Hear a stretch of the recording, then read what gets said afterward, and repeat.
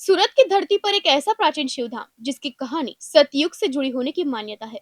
तापी नदी के किनारे बसे कतारगाम के कांतारेश्वर महादेव मंदिर इन दिनों श्रावण मास में शिव भक्तों की आस्था का केंद्र बना हुआ है। सूर्यपुत्री तापी के तट पर बसा सूरत सिर्फ आधुनिकता के लिए ही नहीं बल्कि अपनी पौराणिक और ऐतिहासिक विरासत के लिए भी जाना जाता है। इसी विरासत में शामिल है कतारगाम स्थित कांतारेश्वर महादेव मंदिर, जहाँ श्रावण मास शुरू होते ही भगवान शिव के दर्शन और अभिषेक के लिए भक्तों की लंबी कतारें लग रही है। भक्त शिवलिंग पर बिलपत्र, फूल, दूध और शुद्ध जल अर्पित कर भगवान महादेव की आराधना कर रहे हैं। मंदिर का प्राचीन स्थापत्य, शिवलिंग, जलकुंड और नंदी आज भी यहाँ मौजूद है, जिसके चलते यह स्थान धार्मिक आस्था के साथ साथ धार्मिक पर्यटन का भी प्रमुख केंद्र बना हुआ है। मान्यता के अनुसार प्राचीन सूर्यपुर यानी आज की सूरत कभी जल प्रलय में पूरी तरह डूब गई थी। इसके बाद तापी नदी का प्रवाह भी बदल गया और नदी के रास्ते कांटेदार झाड़ियां उग गई। इन्हीं झाड़ियों को कांतार कहा जाता था। बताया जा रहा है कि भगवान कपिल मुनि ने इसी कांतार की झाड़ियों के बीच अपना आश्रम बनाया और यहाँ भगवान सूर्य की कठोर तपस्या की। कपिल मुनि की तपस्या से प्रसन्न होकर सूर्य नारायण ने उन्हें वरदान मांगने को कहा। कपिल मुनि ने इच्छा जताई कि सूर्यदेव उनके आश्रम में ही निवास करे, लेकिन सूर्यदेव ने कहा कि उनके प्रचंड तेज से आश्रम और पूरी धरती भस्म हो सकती है। इसके बाद भगवान सूर्य ने भगवान शंकर का स्मरण किया और कपिल मुनि की इच्छा भगवान शिव के सामने रखी। पौराणिक मान्यता के अनुसार भगवान शिव ने कपिल मुनि की इच्छा पूरी करते हुए सूर्य के प्रचंड तेज को अपने शरीर में धारण कर लिया और इस स्थान पर विराजमान हुए। इसी वजह से यह विराजे भगवान शिव को सूर्य रूपम महेश के नाम से भी जाना जाता है। मान्यता है कि कपिल मुनि ने सूर्यदेव को कपिला गाय का दान किया। गौदान से प्रसन्न सूर्यदेव ने यहाँ अपने तेज स्वरूप शिवलिंग को प्रकट किया और भाद्रपद वध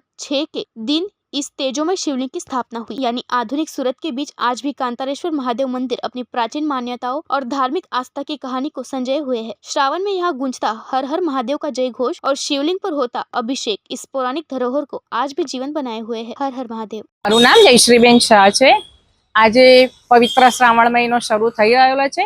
આજે શ્રાવણ મહિનાનો પહેલો દિવસ છે અને હું દર્શન કરવા આવેલી છું મહાદેવની અને ઈચ્છું છું કે અહીંયા બહુ બધી ભીડ છે અને લોકો પોતાની મનોકામના પૂરી કરવા માટે મહાદેવજીને પ્રાર્થના કરવા આવેલા છે અને મહાદેવજી એટલે સોમવારનો દિવસ એટલે ઈચ્છું છું કે સોમવારે તો આનાથી પણ વધારે મહાદેવોમાં આપણે બધા ભીડ કરીએ। આપણું હિન્દુ સનાતન ધર્મની સચવાય અને એની સંસ્કૃતિ જાળવવાની આપણી પણ ફરજ છે એવું હું માનું છું અને તમે મંદિરોમાં ઘણા બધા આવો, પૂજા અર્ચન કરો, તમારી મનોકામના જરૂર મહાદેવજી પૂર્ણ કરશે એવું હું ઈચ્છું છું અને એવું બધા વતી હું પ્રાર્થના કરું છું।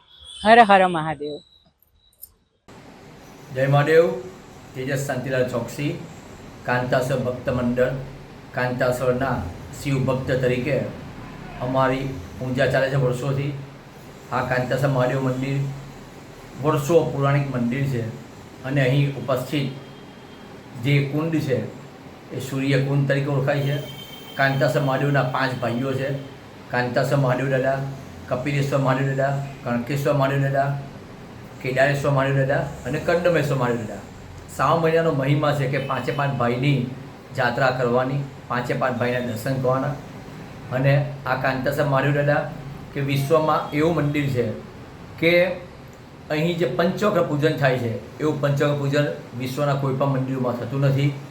અહીં લાલ કરણ, દરોઈ, આંકડો, ધંતુરો, સફેદ ફૂલ, પીળા ફૂલ દ્વારા પૂજન કરવામાં આવે છે। તેને પંચવક્ર પૂજન કહેવામાં આવે છે। તુલસી પણ ચડે છે મહાદેવને અને વર્ષોનું પુરાણિક આ કાંતાસર મહાદેવ મંદિર કે જે કતારગામમાં આવેલું છે। આજે શ્રાવણ મહિનાના શુભ દિને કાંતાસર દાદા સૌ ભક્તોનું, સૌ શિવ ભક્તોનું જે મનોકામના હોય એ પૂર્ણ કરે। અમારી આ 5 પેઢીથી આ પૂજા ચાલે છે અને અમારા મંડળની લગભગ 50 થી 60 વર્ષથી આ પૂજા ચાલતી આવી છે। અહીં આવનાર દરેક ભક્તોની કાંતાસર દાદા મનોકામના પરિપૂર્ણ કરે છે।